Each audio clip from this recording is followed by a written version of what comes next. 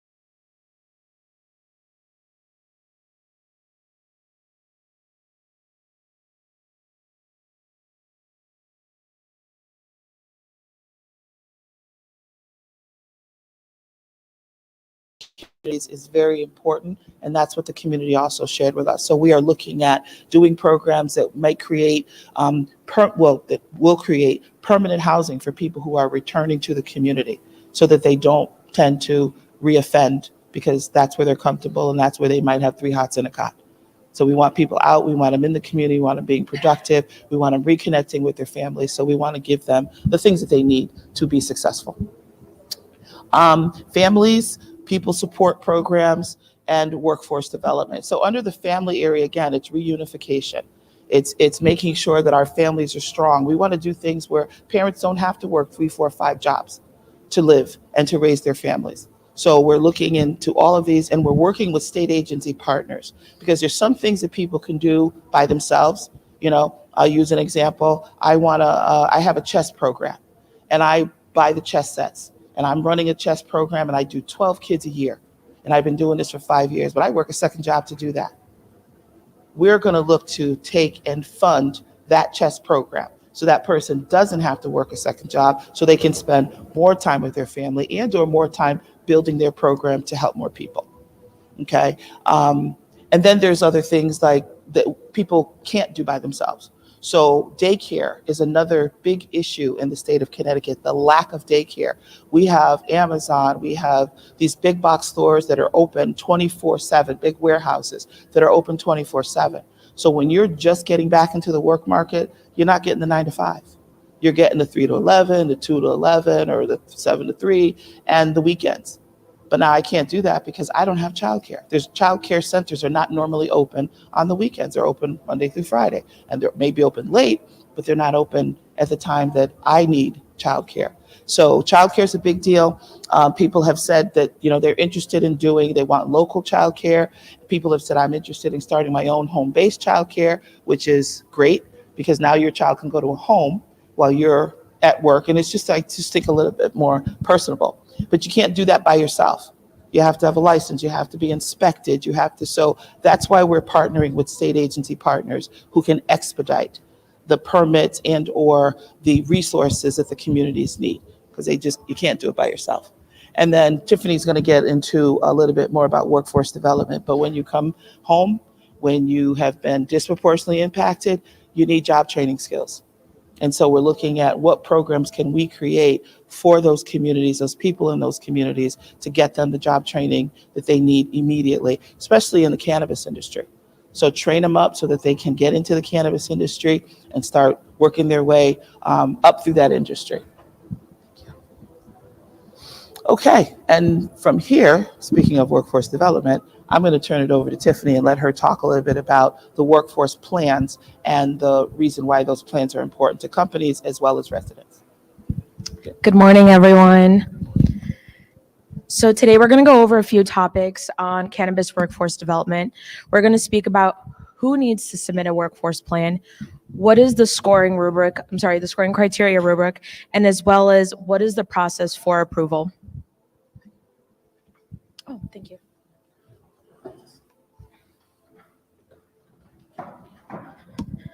We'll get a little more personable.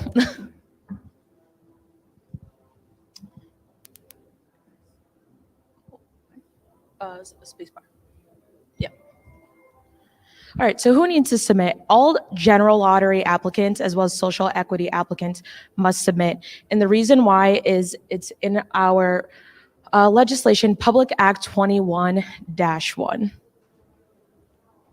I'm just going to add a couple things that I know. Yeah, absolutely. Let me just kind of frame this a little bit, because I've been with the program for 3 years. Tiffany is new, is learning very quickly. She does have a lot of experience, but the reason why we have workforce development plans, yes, it's because it is, yes. I got it. Oh, she has a microphone. Sorry. Yeah. Can you hear me? Okay, sorry about that. So one of the other reason why workforce plans are mandatory, one, it's the law, but two, the law wanted to address people who live in disproportionately impacted communities and making sure that they were trained up to work at these companies. So the folks who are cultivating, and those are the people who are growing, Right now, the law requires them to be located in a DIA community. So one of those 36 communities that you saw there, they have to be located in that community. And not only in the community, they have to be located in the census tract that has the highest conviction rates and has the highest poverty rates. So there's a little bit, we're working on some legislation right now. I don't want to get into that too deep, but we're working on some legislation that says that the companies can be located in the DIA, not necessarily in that track. But what happens is if you let a lot of the companies go outside of the DIA communities, you're creating a barrier to employment for the people that live there. So a part of reinvesting in the communities is requiring the companies to be located in those communities that have been impacted and to require them to train people. I think it's 51% of their employees must come from the DIA. So we're breaking down barriers so that people can, again, get into this industry and that the people specifically in the DIA have the opportunity to be involved. Thank you.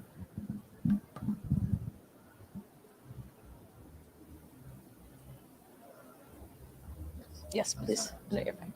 So let's talk about the scoring criteria rubric. It's built out of 6 components. The first one being, are you recruiting from a CT-based or nationally workforce training program?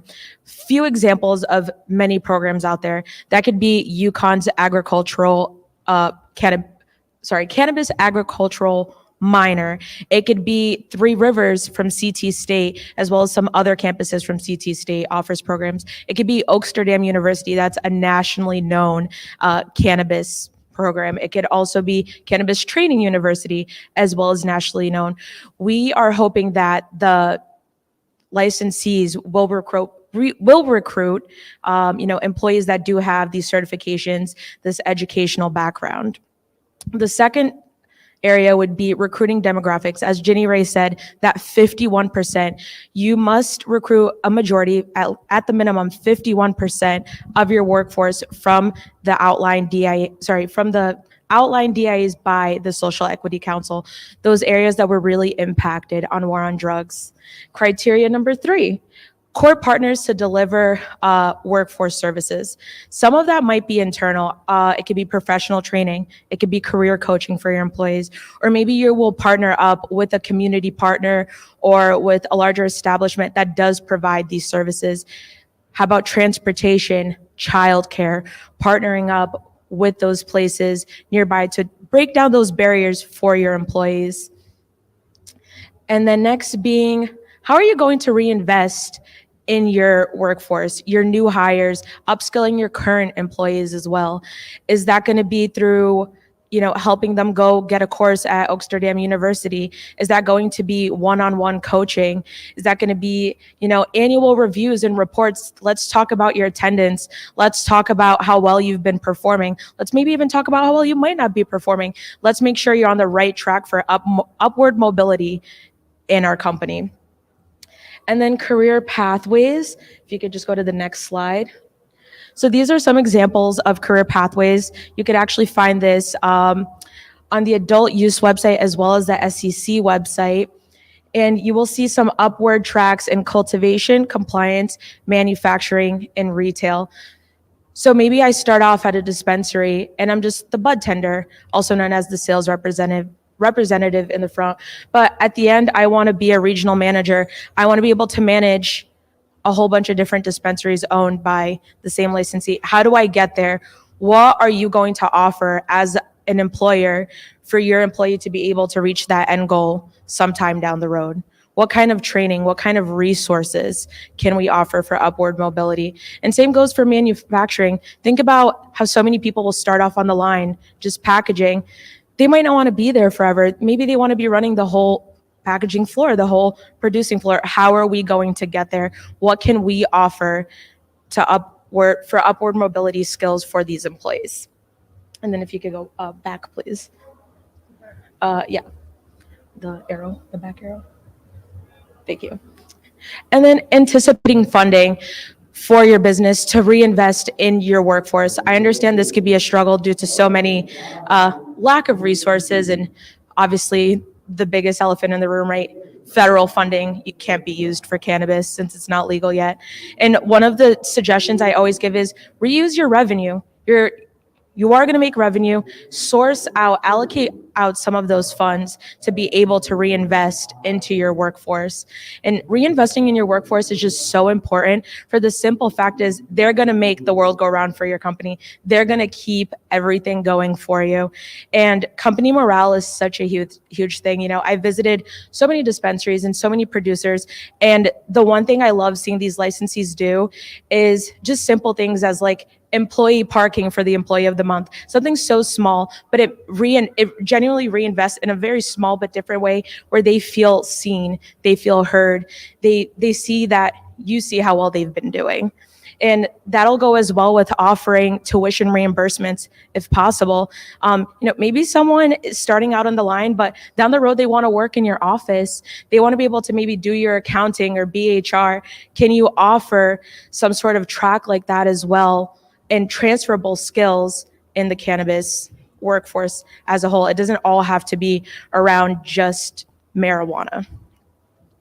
And and then the scoring criteria, often confused, I see this with the workforce development plans, is there's a scoring rubric and then we have scoring criteria. The scoring criteria is a supplemental document. Both can be found as well on the SEC. It says applicant resources and you could find it there. It's just a supplemental to help you put that plan together adjacent with the rubric. The rubric is like your Bible. It is the goal to putting your plan together. It breaks down question by question for you to answer. You don't really have to think outside the box. You just have to find the resources you need in order to put a successful plan together. And the awesome thing too is I do offer technical assistance once your plan is submitted, and I'll touch up on that on the next slide. Sorry. Yes.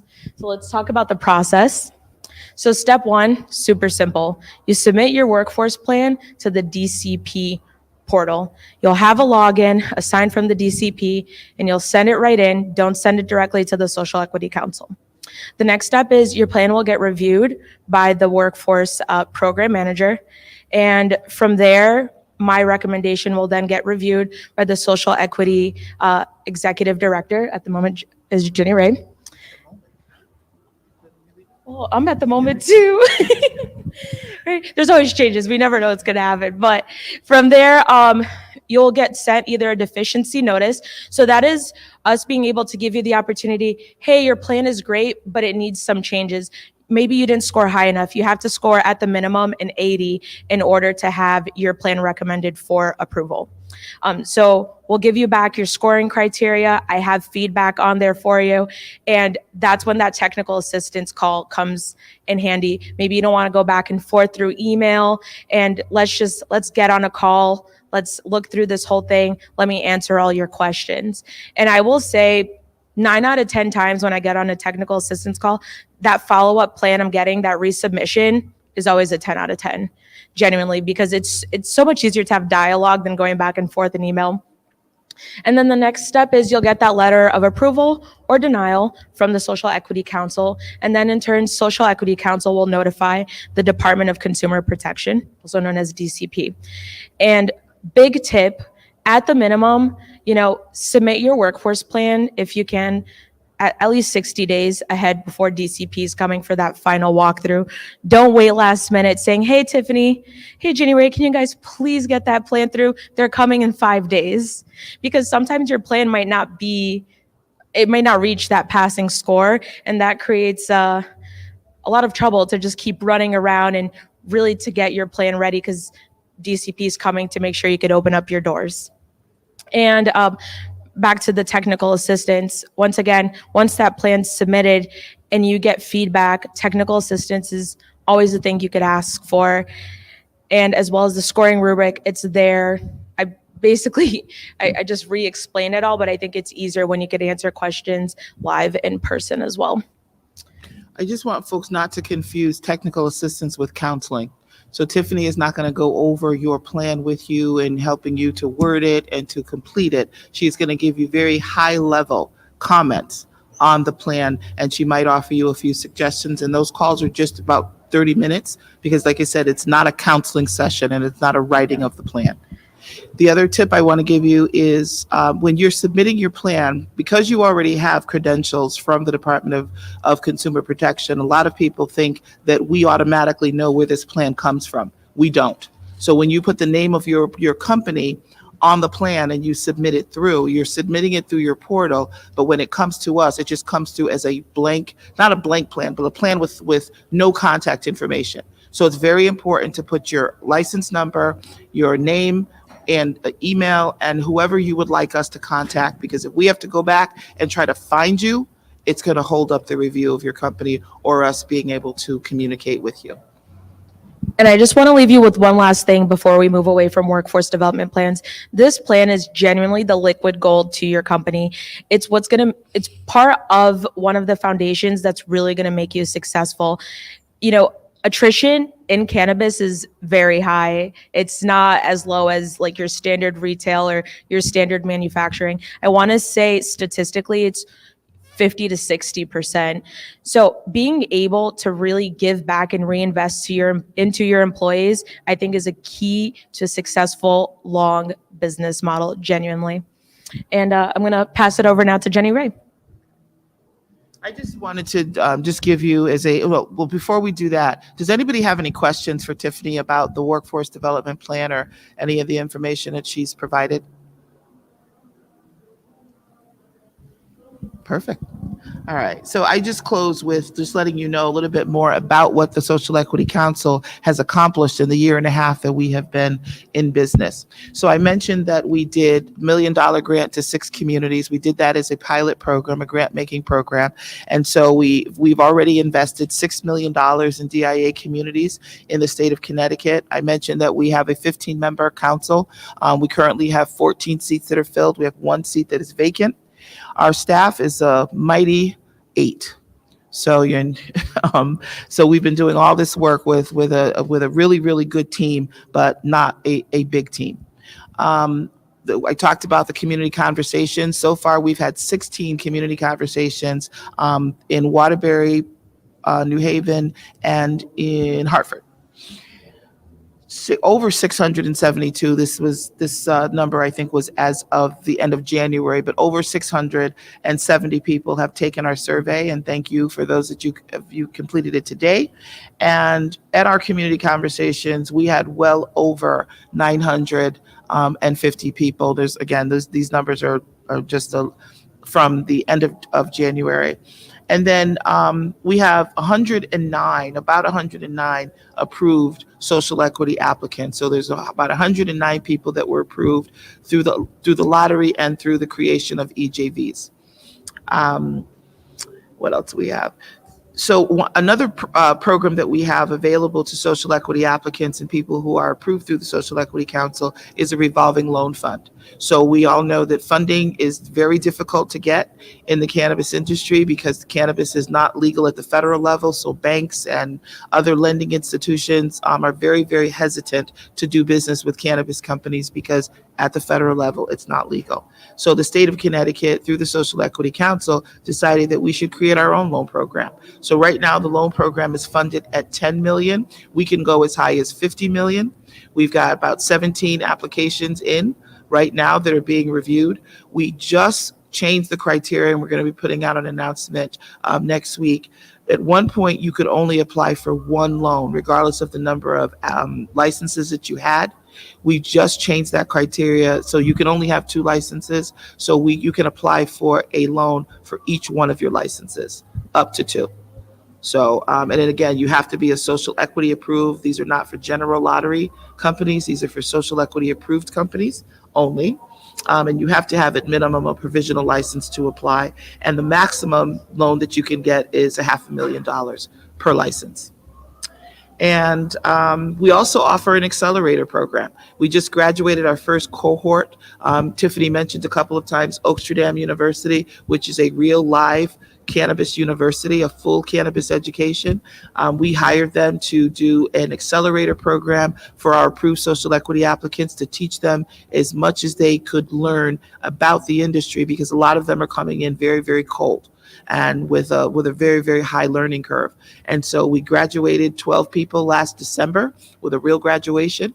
And it teaches you, it's soup to nuts. It teaches you the history of the cannabis industry right up to talking with and preparing to get investors in your company. And we will be holding another cohort for social equity cannabis companies coming up in the end of spring, early summer.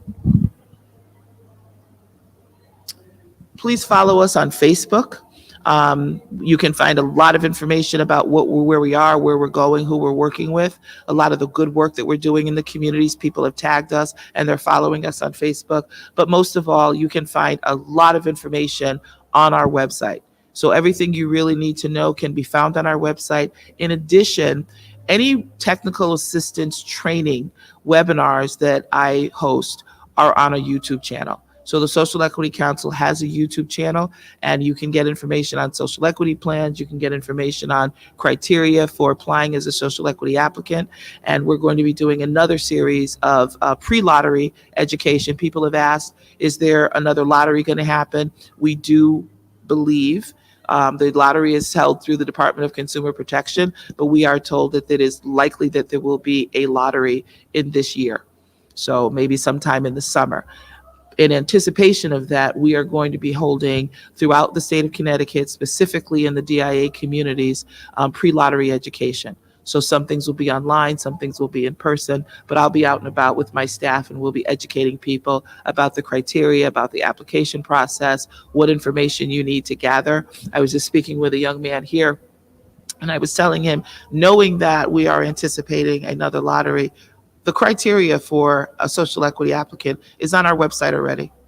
So if I were you, I would go, and you're interested in applying, you think you're going to be interested in applying, start doing the work now. Don't wait for us to make the announcement that the lottery is happening, because you'll probably have 60 days to put your application together, maybe 90. And by that time, like I said, you can do a whole lot of this work. And knowing where your barriers are going to be. So some of it is you have to prove that you lived in a DIA. Well, what if you went to a church and you were baptized at a church and it had the address that you lived at, but that church doesn't have those records anymore? So that's one resource that you don't have available to you. So where do you go next? When you go into the school system, depending on how old you are, there's the Board of Ed may not have your records. The Board of Ed may have had a flood, and your records may have been destroyed. So they may be in the process of restoring those records. But now that's going to affect you and putting together information that you need for residency. And you can't come to us through the application process and say, hold on. So there's many different varieties of information that we will accept. So find what you already have, what's easily accessible to you, and start putting that information together. That's how you're successful. Okay, so I don't know if anybody has any questions. Tiffany and I are both happy to answer them. We do have a booth here right out the door at the end, right across from the jerky table and the licorice table. Our booth is there. Please stop by. We have information on our programs and services, and my staff is there to answer questions that you might have offline, or that you would just prefer to speak with someone one-on-one. Any questions? Comments? Hi. Yes. Very nice, City of Norwich. Thank you for being here with us. Good to see you. And I came in, you were talking about the criteria, which included the criminal information of the DIA area. Initially, when this was put forth, those were two major factors. And then there was a change, which ended up reducing the DIA map greatly in our city of Norwich, for example. By talking about it again today, you mentioned something about legislative initiative. Is there discussion about restoring that factor, that criteria, which would then restore our DIA here in Norwich? No. So and welcome, Mayor. Good to see you. I was not speaking about the DIA map criteria. I was speaking about the criteria to become a social equity, the residency. So what happened in the situation, so the legislation required the Social Equity Council to recertify the DIA map every year. So in year one, we certified a map. In year two, we recertified a map. In year three, we recertified a map. In year one, the data that was used to create the map, the DIA map, was unemployment rate and conviction rate. After we certified that map, we got towns like Greenwich that appeared to have a DIA. We had college towns that appeared to have DIAs, which were not true DIAs. So we realized that the unemployment rate was skewing the DIA certification. We went to the legislature in year two and said, we can't use the unemployment rate because it's skewing. So we're getting places like Morris and very wealthy, affluent communities are appearing to have DIAs. So we used conviction and poverty rates. That's how you lost some census tracts. We then went back to the legislature this year and said, if we do this every year, you're going to gain, you're going to lose, you're going to gain, you're going to lose. It's going to totally kind of screw up our ability to steadily reinvest and keep this market on track. The map that we certified this year will be the map until someone, long before me, I hope, asks the legislature to use a different rating to create the map. So this map will stay in place until the legislature says you can change it again. So your DIAs that you have now will be your DIAs going forward. No changes to them. One of the conditions, I think, in year one after the fact was that if someone had possessed a license, they were engaged in the property, not outside of the reduced DIA, that was still permitted to go forward. Is that a condition that's been carried forward? Up until that whole lottery situation, the first round, yes, we did that. Going forward, it's the new map because the criteria changed February 1st. And so going forward from February 1st, it is the current map that we're using right now. Okay. And I'm just going to give a shout out to Norwich because Norwich is very, very active. They're a very active community. I've been there when we first started, doing the education and getting out and talking about the lottery and where folks were going to go. Norwich is one of the first towns that invited me to come up, and Mayor, you and I sat and we talked and we had forums with the folks in your community. When a cannabis company goes to Norwich, they bring out a whole group of people. So you're actually getting one stop with everybody, the Water Authority, the mayor, the Norwich Development Corporation. So they really throw out the red carpet for companies. So congratulations. And I know you've got some businesses that are opening. Yep. We bring the fire marshal and the building inspector and the zoning to you on site for review. It's been a pleasure working with you. Any other questions, comments? Okay. Well, thank you much, folks.